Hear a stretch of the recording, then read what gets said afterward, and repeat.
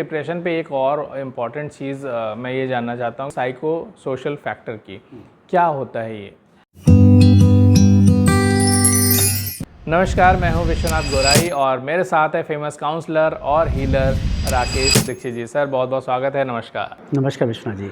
राकेश जी, हमने बात करी थी अभी कुछ दिन पहले डिप्रेशन पे लास्ट वीक, और उसमें बहुत सारी बातें हो भी गई थी। अभी डिप्रेशन पे एक और इम्पॉर्टेंट चीज़ मैं ये जानना चाहता हूँ, साइको सोशल फैक्टर की क्या होता है ये।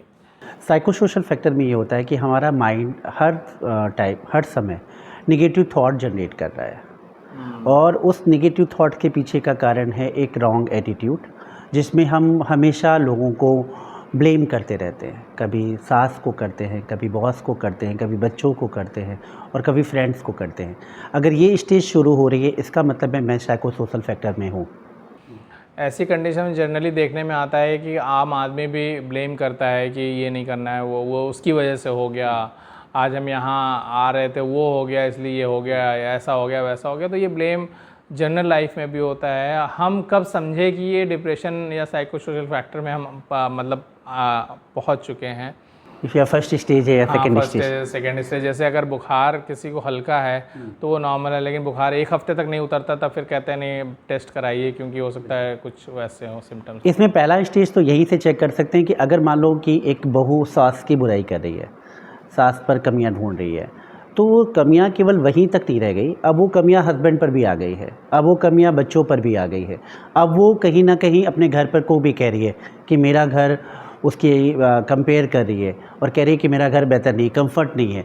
तो मतलब जो एक व्यक्ति से शुरू हुआ था कारवां, और कारवां पहुंच गया पूरी होल जर्नी में। हाँ, अगर हम इसे दूसरे अगर एग्जाम्पल के रूप में ले कि कोई एक व्यक्ति हर किसी को अगर ब्लेम करना शुरू कर दे एक तरीके से, कि वो चाहे बॉस हो, चाहे घर का एक माली हो, घर का नौकर हो, ड्राइवर हो, या फिर कोई भी हो, सबके ऊपर ब्लेम कर रहा है, हर किसी को ब्लेम कर रहा है, कर रही है, तो डिप्रेशन की कैटेगरी में आ जाते हैं। डिप्रेशन हो जाने के बाद डिप्रेस्ड कोई है, तो आपने कुछ तरीके पिछले एपिसोड में बताए थे कि इस तरीके से डिप्रेशन से बाहर आ सकते हैं।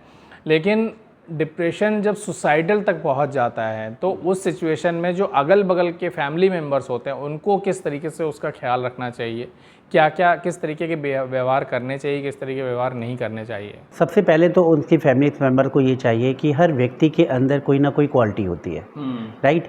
तो क्यों ना उस क्वालिटी का वर्णन करें। और कहीं ना कहीं आज के युग में व्यक्ति को कॉम्प्लीमेंट की आवश्यकता पड़ रही है। तो अगर मैं उसकी पूरे दिन भर में 100 कमियां निकाल सकता हूं, तो क्या मैं 50 तारीफ़ें नहीं कर सकता हूं?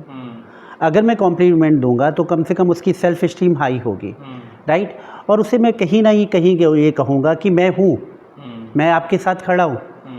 क्योंकि अक्सर जो सुसाइड अटेम्प्ट करते हैं उनको ये फील होता है कि मेरे साथ कोई नहीं है, कोई नहीं है, मैं कुछ नहीं कर पाऊंगा, मैं कुछ भी नहीं कर पाऊंगा। और जिसके साथ मैं था, जिसके साथ मैं अटैच था, चाहे वो लव अफेयर हो या किसी में, या अपने करियर पर भी वो अचीव नहीं कर पा रहा है, तो जो ये माइंड की स्टेज है कि वो कहीं ना कहीं कनेक्ट है उस अपने करियर से या किसी पर से, तो अगर वो चीज़ उसे नहीं मिल पाई तो उसे कहीं ना कहीं फैमिली मेम्बर और ख़ासकर फ्रेंड्स को ये बताना चाहिए कि ठीक है कि वो चीज़ नहीं मिली, हो सकता है कोई और भी उससे बेहतर कोई चीज़ आपके जीवन में आने को हो सकता है, लेकिन आप क्या कर रहे हो कि आप उस पर केंद्रित कर रहे हो।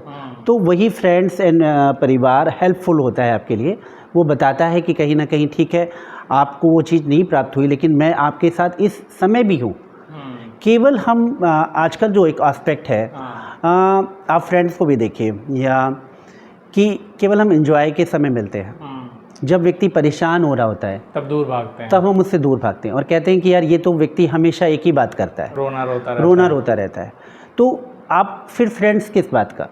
फ्रेंड्स का मतलब है कहीं ना कहीं एक्सेप्टेंस, और अगर एक्सेप्टेंस ही नहीं है तो फिर इट मीन्स मैं उस रिलेशन को जी नहीं रहा हूँ। तो कहीं ना कहीं व्यक्ति को सेल्फ पावर क्रिएट करनी पड़ेगी और लोगों को उसको मोटिवेट करना पड़ेगा कि ये जो स्टेज है इससे तुम कभी भी बाहर आ सकते हो, ये लास्ट स्टेज नहीं है, और ये कदम बिल्कुल भी नहीं उठाने चाहिए, क्योंकि इस कदम को उठाने से कभी कुछ चेंज नहीं होने वाला, कोई चेंज नहीं होने वाला, राइट। और हो सकता है आपके पीछे की जो फैमिली है उसे और ज़्यादा मुश्किल चीज़ों का सामना करना पड़ जाए। कई बार तो ये होता है कि डिप्रेस्ड कोई है, उसकी लाइफ में डिप्रेशन धीरे धीरे धीरे आया, first second third fourth stage, और वो एक गलत डिसीजन तक पहुंच जाता है। लेकिन कई बार ऐसा होता है ब्रेकअप हुआ और उसके अंदर इतनी पावर ही नहीं है कि उसने तुरंत कुछ डिसीजन लेके कर लिया, सुसाइड कर लिया या फिर कुछ कर लिया। ऐसे लोगों के लिए किस तरीके से काउंसलिंग करते हैं आप, किस तरीके से उनको एक लाइफ लाइन देते हैं, क्योंकि बहुत सारे लोगों को आपने लाइफ लाइन दी, किस तरीके से लाइफ लाइन देते हैं उनको? पहले तो विश्वनाथ जी उसको सेल्फ लव करना सिखाते हैं, बहुत ज़रूरी है ना, क्योंकि आजकल हम लोगों को अभी तक यही पता था कि अदर लव, दूसरों से प्रेम करना ही प्रेम करना है। मैं कहूँगा पहले सेल्फ लव करना बहुत इंपॉर्टेंट है। तो पहले तो मैं उसको ये टीच करता हूँ कि वो सेल्फ लव करने लगे और कहीं ना कहीं वो अपने को इम्पोर्टेंस समझने लगे, है ना, क्योंकि आपको जब डिप्रेशन हो रहा है मतलब आप अपने आप को इम्पोर्टेंस नहीं दे रहे हो, आप सामने वाले पर्सन को इम्पोर्टेंस दे रहे हो लेकिन अपने को इम्पोर्टेंस नहीं दे रहे हो।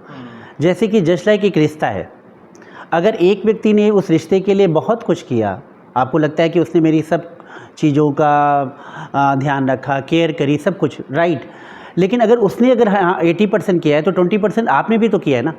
अगर 20% वो आपने अपनी तरफ से ना किया होता तो वो रिश्ता इतना कम बेहतर कैसे हो सकता।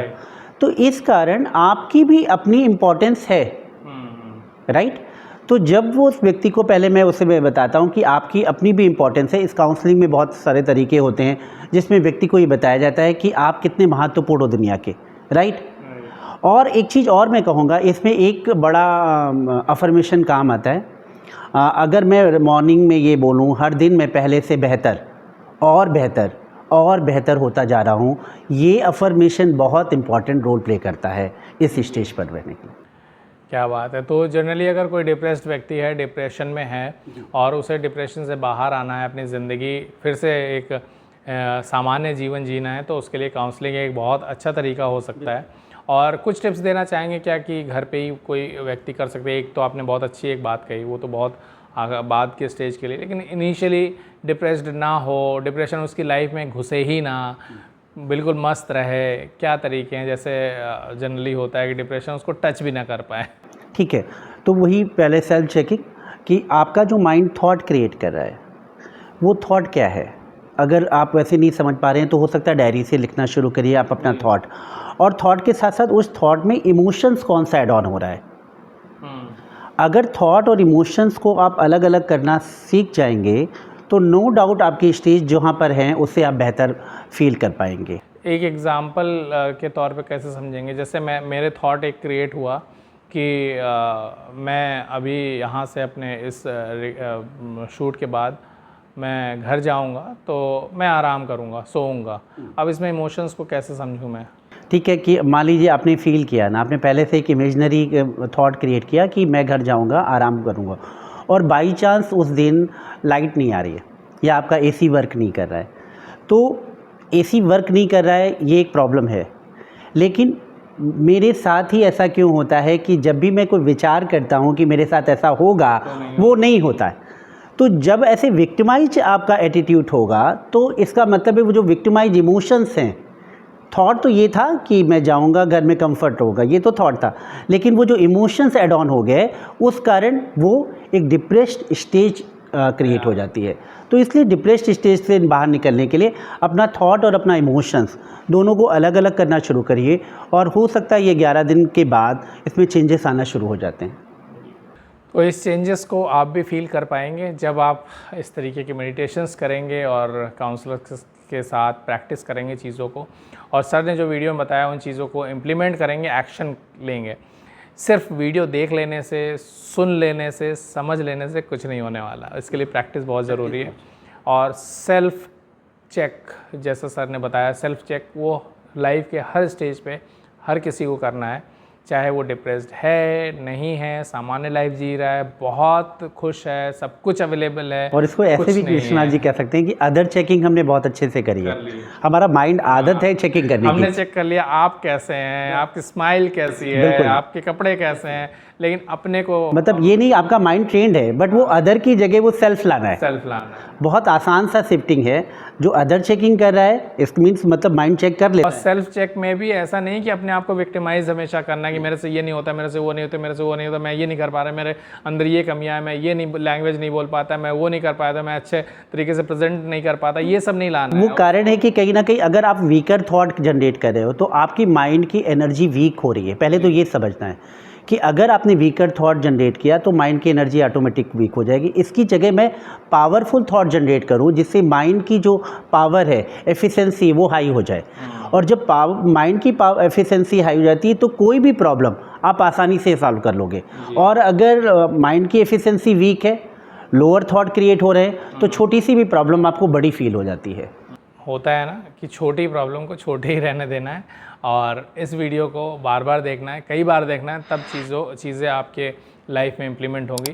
तो अगले वीडियो में फिर मिलते हैं, तब तक के लिए सर नमस्कार, बहुत बहुत धन्यवाद। My life with VR, happiness never ends. हंसते रहो, साथे रहो। YouTube channel My Life with VR।